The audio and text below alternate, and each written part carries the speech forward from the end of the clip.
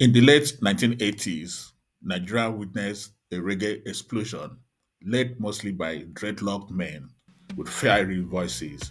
But then a woman stepped into the scene, Evi Edna Ogholi, the first lady of Nigerian reggae. Born in Isoko, Delta State in 1966, she grew up loving reggae, while many girls leaned towards pop or gospel. Evi Edna connected deeply with conscious Jamaican rhythm.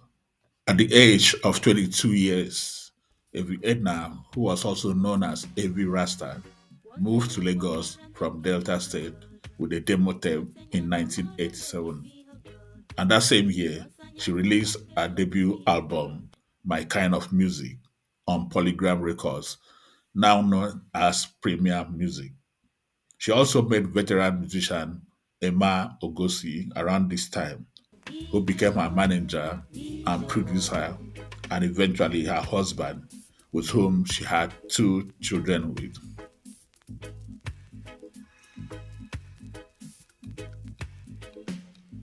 Her 1987 album, My Kind of Music, made her a star. Happy Birthday became Africa's anthem, played at countless celebrations, and in the span of 3 to 4 years, she released five more albums, including On the Move in 1988, Happy Birthday in 1988, No Place Like Home in 1989, Busting Loose in 1990, and Step by Step in 1990. With this string of albums that spun out hits like Happy Birthday, Evi Edna became a household name in Nigeria at the age of 25.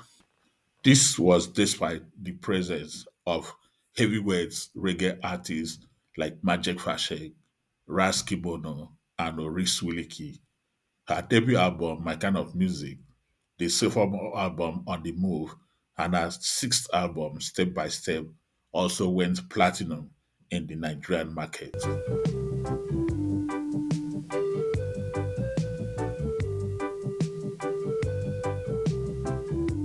Her debut album, My Kind of Music, was destined for success with heavyweight producers and session men behind the albums, including husband Emma Ogosi, Lemmy Jackson, Majek Fashek, who played the bass guitar on the album, Lelu Ekins, Amos McCroy, Cecily Amohimi, Michael Cree, and others taking up the backing vocals duties for this particular album.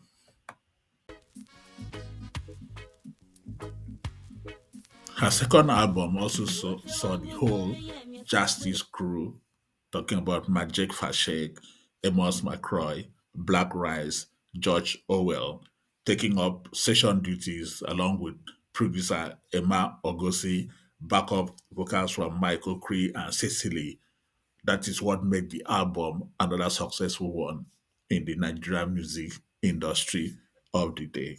It is important to also note that producer Emma Ogosi maintained the same structure of production crew almost all through the whole albums that he produced for Evi Edna, except in the later days that new talents such as Femi Ojetunde, Romeo Tega, Fortune Otega made an inroad into the production camp of Emma Ogosi for Evi Edna projects. It was indeed a beautiful chemistry between Emma Ogosi and Evi Edna because even the songwriting department, the pair were together because most of the later day songs for Evi Edna were co-written by Emma Ogosi. That is why it was a bit heartbreaking for their fans to see that they could not hold on together on the home front.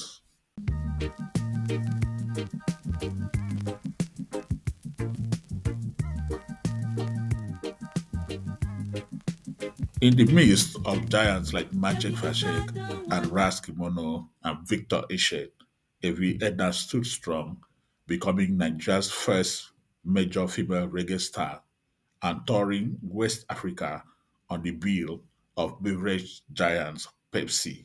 Despite things looking good in the business and the music front, the home front was not looking okay. Evi Edna suffered a turbulent relationship with husband Emma Ogosi, with Evi Edna staying quiet off the scene for a while before resurfacing in Paris, France, with her two children. In 2016, she spoke out for the very first time about her marriage, claiming domestic violence as the reason for stepping away from the marriage. She continued to live a low profile life in France until her attempts to come back to music in 2020. Evi Edna, who has been active in charity works and humanitarian works for years, resurfaced healthy in the late 2010s with a new record deal with Eno Records. Specifically, she issued a re-release of her whole hit, Next Door Neighbor, in 2018, and in 2020 released Peace and Love, featuring the song Africa and Paris et Belle rendered in French, and also Nobody Can Please the World, all in the 2020 album. There's no doubt that she opened doors for women in reggae in Nigeria and Africa and gifted the continent with a timeless birthday song and created a unique soft reggae identity blending her Isoko roots with Jamaican rhythm.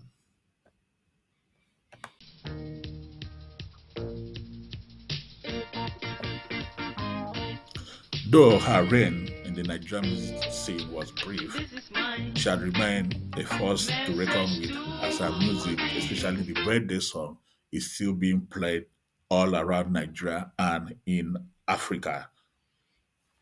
Her music has remained fresh in the minds and in the hearts of people that loved her, and her records are still being played on rotation in classic radio stations and in clubs and in reggae environments.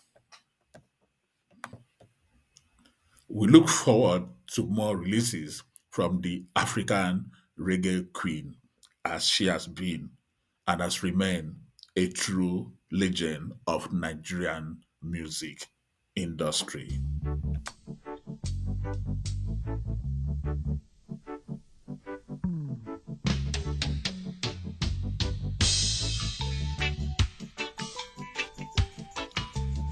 This is Music in My Ears, where memories are shared and the legends remembered.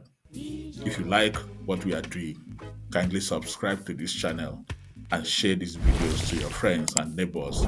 I'll see you on the next one. Peace.